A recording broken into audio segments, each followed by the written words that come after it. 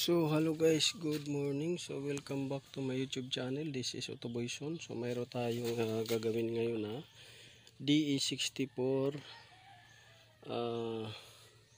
DE63T DE63T to.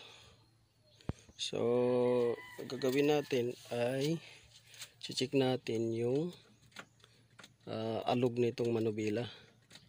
So may lagutok siya at malikot yung gulong. So kadalasan nito ay yung universal joint nya, linkage, or kaya naman maluwag na yung bolt. So yan yung i-check natin ngayon guys, na maingay, lagutok, tapos malikot yung manubila. So dito tayo silipin natin yung ilalim para ma-check natin. So tara guys.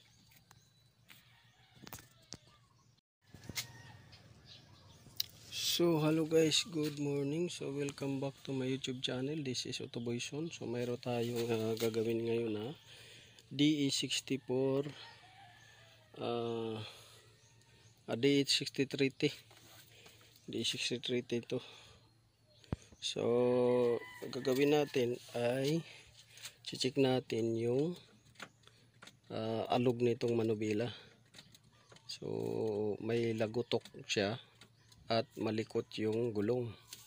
So kadalasan nito ay yung universal joint nya, linkage, or kaya naman maluwag na yung bolt. So yan yung i-check natin ngayon guys, na maingay, lagutok, tapos malikot yung manubila. So dito tayo silipin natin yung ilalim para ma-check natin. So tara guys.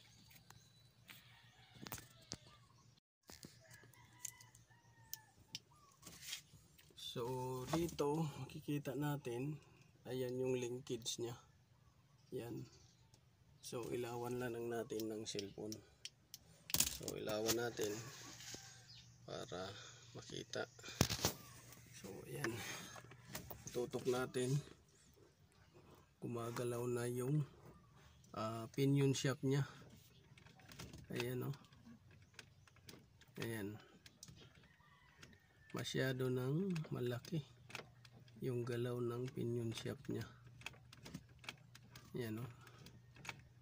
So sa loob yan guys, internal yan pagka ganyan. Kasi yung universal joint nya, yung cross joint nya, intact naman, hindi gumagalaw at walang clearance. Ang gumagalaw lang talaga ay yung makikita ninyo, lalapitan natin na yan o. Yan o. Yun. So yan yung lumalagutok, maingay. So dito guys, ang una dito may lagutok rin dito, pero na-fix na natin. Fix na natin yung lagutok. So yan yung unang lagutok. So winilding na natin yan kasi na-lost thread na. So naka-welding yan, ayan. Welding oh. Welding na siya. Paikot. Ayan. So matibay na yan siya kasi naka-welding na. Lost thread na kasi yan dyan. So doon sa kabila ang medyo malaki ang gagawin kasi maghanap pa tayo ng gearbox, torque drive nya. Dito fix na. So yun, yan yung mga lagutok na kadalasan marinig ninyo sa manubila.